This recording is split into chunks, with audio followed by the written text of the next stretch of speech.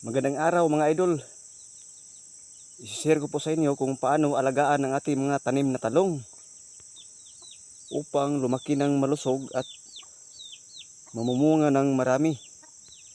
At siyempre mga idol, para maganda ang kaniyang bunga.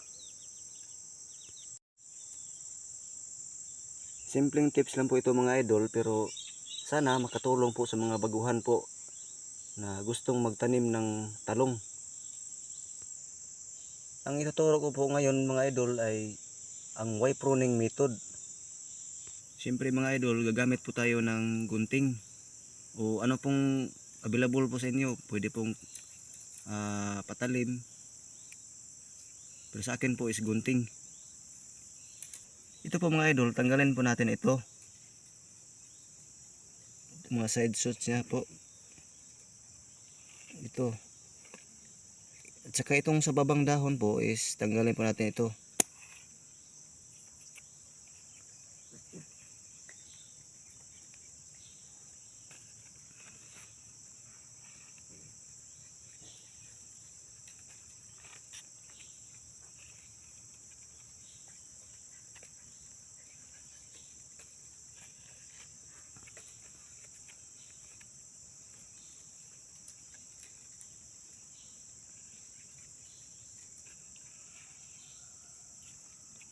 Yung iba mga idol, para hindi ka mahirapan sa pagtanggal ng mga suhi dito sa is pinapalaki muna nila.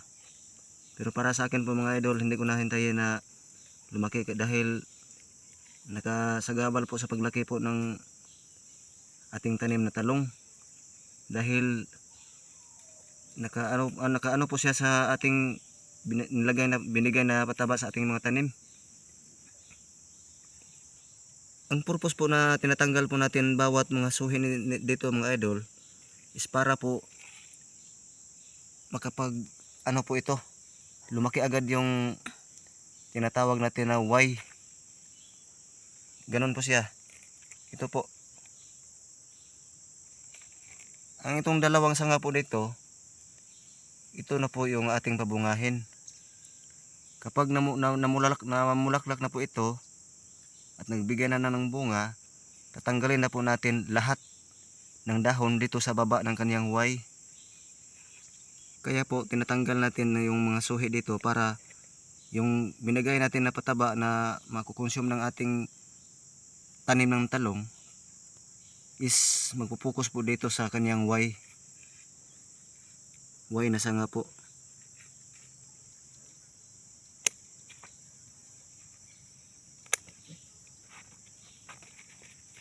At siyempre mga idol, itong mga dahon na natin, siyempre itatapon natin to.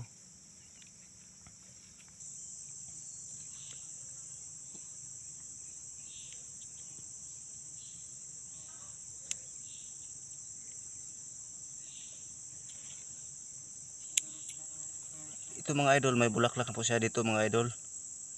Yung unang bulaklak po is tatanggalin po natin yan para po makapag-focus po itong Y na sanga po, para lumaki po ito agad at hindi mabansot yung ating tanim na talong.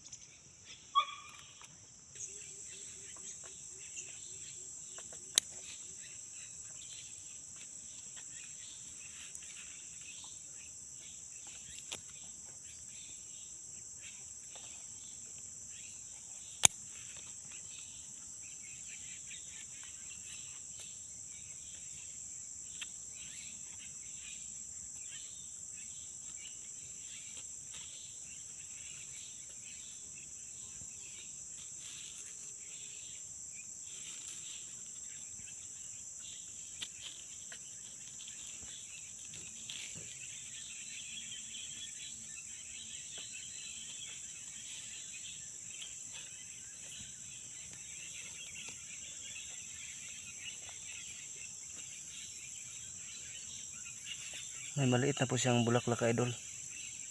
Kunin na po natin ito.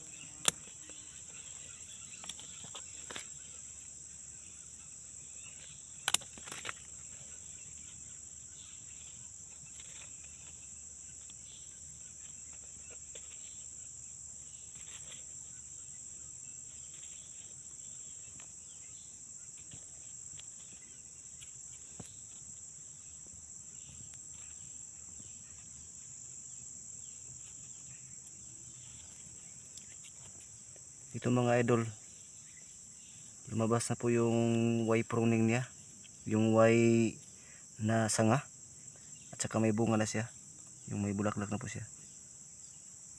Kunin na po natin ito.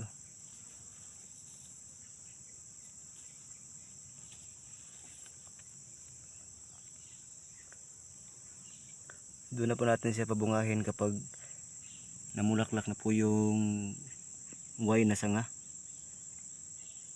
May iba pong method po mga idol, yung tinatawag na top pruning.